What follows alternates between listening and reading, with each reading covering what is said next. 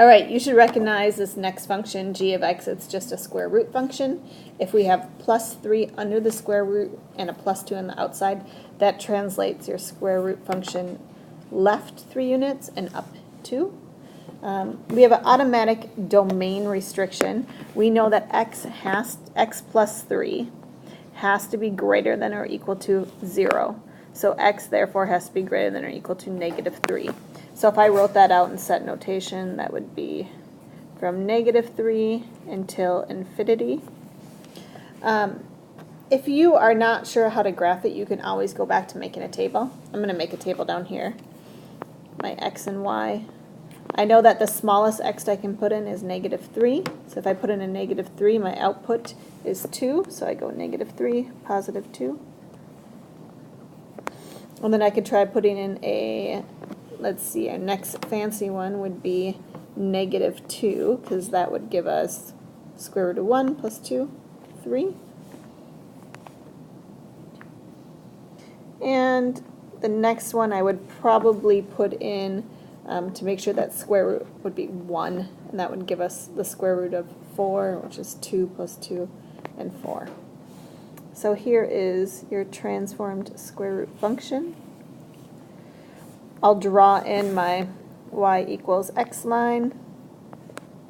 And then for the reflection, I think I'm just going to go ahead and write my table over here and just flip-flop my x and y's. So this would be 2, negative 3, 3, negative 2, and 4, 1. Plot those points. 2, negative 3. Oops, I just did that wrong. No, you didn't. Oh, I didn't. Okay. 3, negative 2, and 4, 1. So it looks like that. The range of my original function, we can look right here, that's the smallest, so our range is going to be y is greater than or equal to 2.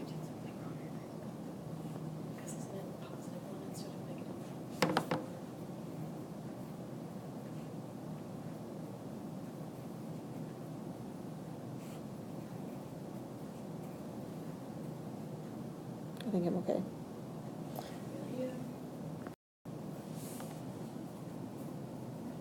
Eva just noticed a mistake right here. I plotted this point incorrectly. So I plotted it as a negative. So this is 4, 1 should be up here.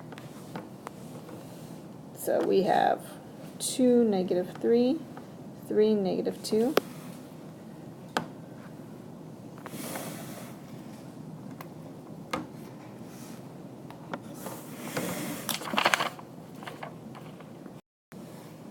Curve should look like this.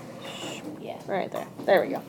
Okay, so now to we sketch the inverse. Remember I said the mistake here is this should all be G, and G.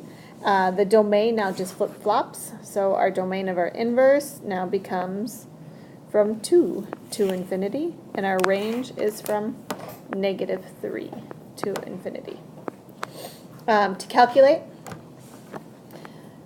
we just want to switch x and y and then solve.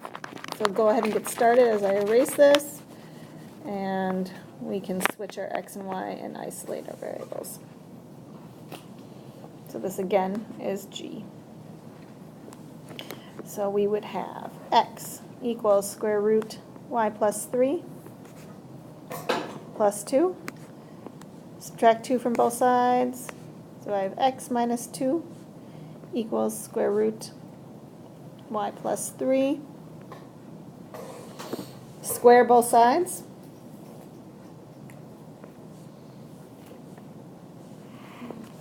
Then I would have x minus 2 squared is equal to y plus 3.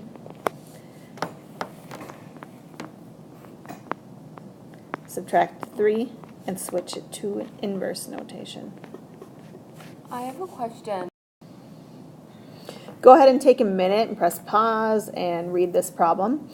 We're given the functions f of x, g of x, and h of x below. So g of x is a list of coordinate points. h of x is a linear function, and f of x is this curve over here. So it asks us to find the inverse of g at -1. So for A, I'm going to actually write out in words what that means.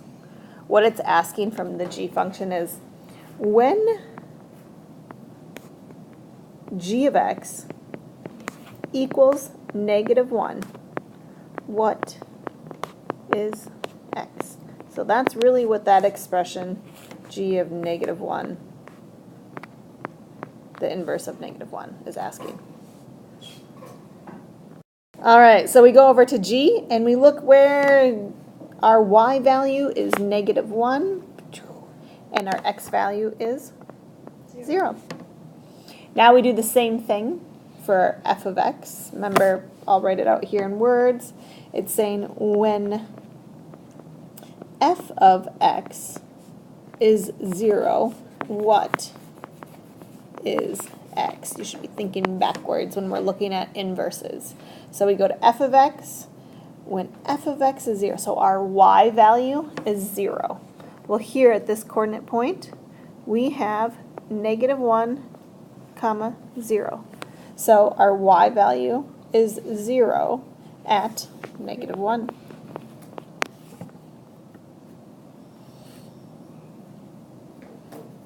Go ahead and try letter D and E.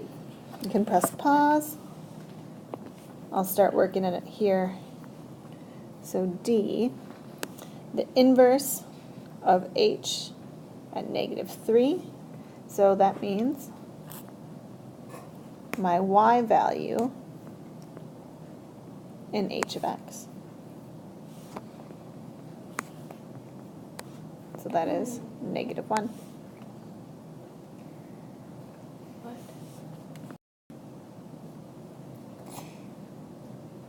All right, to do this composition, we first always compute the inside function.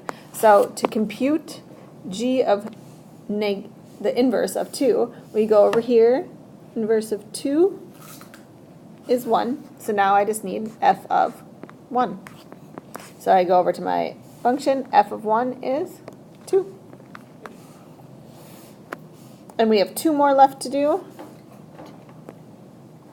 that I didn't notice was hiding over here. We have the inverse of f at 3.